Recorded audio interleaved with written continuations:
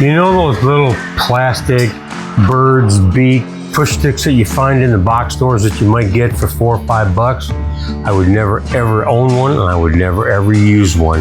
Stay tuned, we'll tell you why. P.S. I don't own this. Somebody let me borrow it. They're not going to get it back.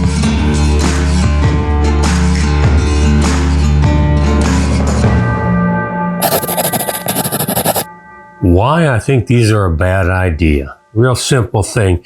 These are oftentimes sold as an accessory to a table saw or sometimes even a bandsaw when you go to the big box stores to buy them. They generally are pretty cheap, and people for the most part don't know that there's a better option. Well, there certainly is. This is completely unsafe, and as far as I'm concerned, I would never have one in my shop if it wasn't for the fact that we're doing this information video for you. I would never have one. I would never use one, and this is why. Look what you've got here holding your piece. Just a little bit of a hook here, this little bird's mouth. You're way up here. Yeah, you're behind it on top of it, but look where your hand is. You're way off here. You got no way to really control that.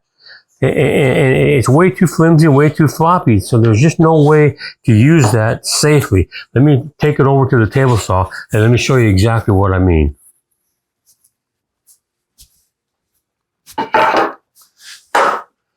I'm over here at my table saw. I've got my nice clean edge against my fence. I'm going to run it through the saw here.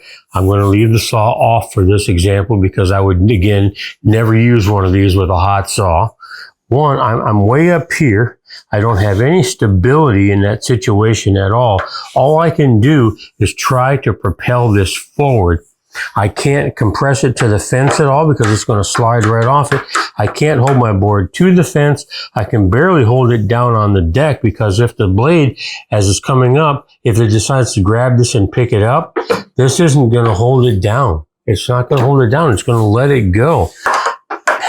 If something slips out of your way, where's your hand? Your hand is way up here trying to gain control. If that happens to slip and goes over one way or the other, your hand is going to go with it. It's just not a safe way to do it. There's no excuse to use something like this in your shop. And if people ever come over to my shop to do any work in it, if they bring one of these, they don't leave with it, at least intact. I generally destroy them because I don't think they're safe. So anyway, if you've got one of these, by virtue of the fact that it was cheap or it came with the saw or it came with an accessory kit, please do yourself a favor and dispose of it. Get rid of it. There's much better ways. Stay tuned. In a second, we'll show you a couple better alternatives to this. So we've talked about a bad push stick. Let's take a look at what I think is a real good push stick. Couple things about this. Made out of 3/4 inch plywood. It's scrap stuff. It's got a long face here to connect with the board. It's got the nice hook on the back.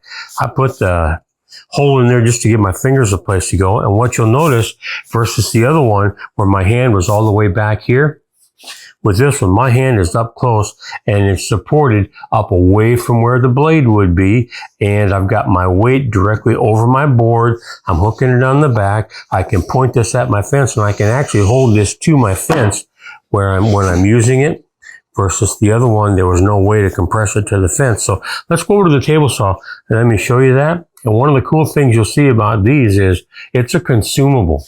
If I run this over my blade, if I've got a real narrow piece that I'm working on, I'm getting close to my blade, and my blade runs into this, so what? It's just wood. It'll cut like wood.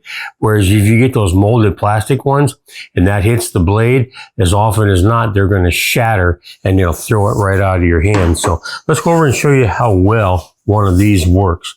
And like I said, this is a consumable. If I happen to get it too close to my blade and run over my blade, it's going to get cut. So what? I'd rather it cut this push stick than cut my fingers off.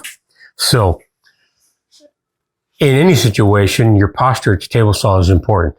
I'm never going to stand here and push this way because my energy is going this way and I'm trying to force it back. Get off here over to the side. I like to have my left foot pretty much directly below my T-square, or my T-slot rather, and my body's angled away from it. So that way, if there's ever a kickback, it's going to go right past me rather than trying to go right through me. So with this push stick, I'm going to place it basically in the center of my board if I can, and I'm going to point it at my fence. That way my energy is going toward the fence versus away from it. I'm going to slide that right on through like that. And then I'm going to rotate my body around, and look what is happening here. I'm holding my piece against the fence by pushing that way. I'm holding it down to the deck. I'm supported all the way out here, probably 8 or 9 inches onto my board. It's not going to have the opportunity to pick up and kick back. It's just going to push right through.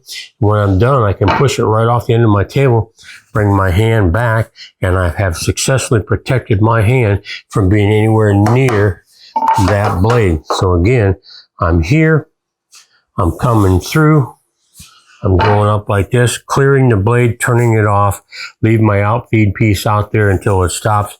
That's the safest way to use a push stick on a table saw. Really, really slick. Let me show you another really cool trick with this type of a push stick. Take it over here to the bandsaw. Let's say I'm cutting some narrow pieces off of my bandsaw. And I'm not going to make a cut. I'm just going to illustrate for you there.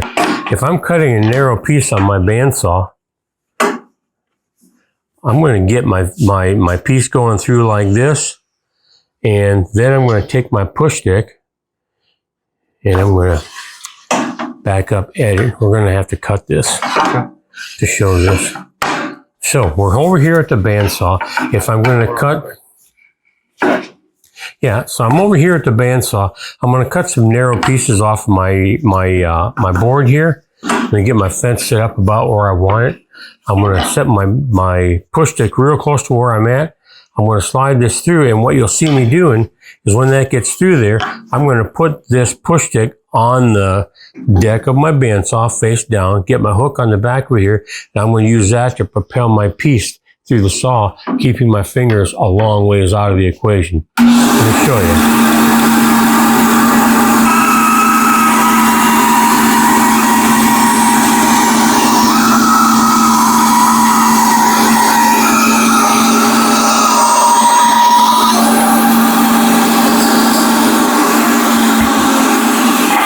That is a whole lot better than trying to get my fingers to push that board through there and keep them clear. So you can use your bandsaw or you can use your push stick rather on the vertical.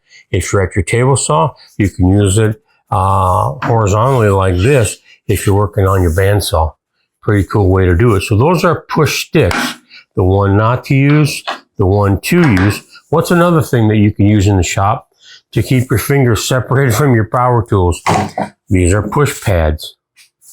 Push pads work really well in that if I need to push something through my table saw again, and particularly if I'm doing a dado where I'm not doing a complete pass-through cut, I can set it up there next to my fence and I can push it through like this real easy. Always use these on the jointer as well. It does me that. This here is another version of it that works really well, and I can push right across my board again. Going this way, if this is my fence, I can push that right down through there. And particularly if I'm using something where I'm making a through cut and it's kind of a narrow piece, I can run my blade through this channel or that channel and not mess up my push pad. So it's helpful because it puts pressure on both sides of the cut? It puts pressure on both sides of the cut, and it stabilizes your board, and it's got enough of a grip there on the bottom where you can actually push it into the fence real well. So those are the types of push sticks that I like in the shop, and they're the safest way to do stuff in the shop. One last thing I want to show you is if you've got one of these, like I said, I don't allow them in my shop. I don't use them. I don't like them. I will take it away from you if I see you using it.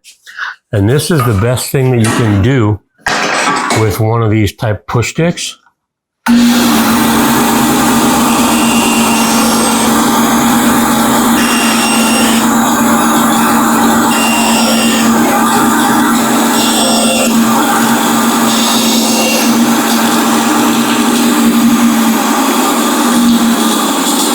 And there you have something that is actually useful out of that push stick that's safe. You can hang these on a necklace and call yourself an Indian princess with blue medallions hanging around your neck.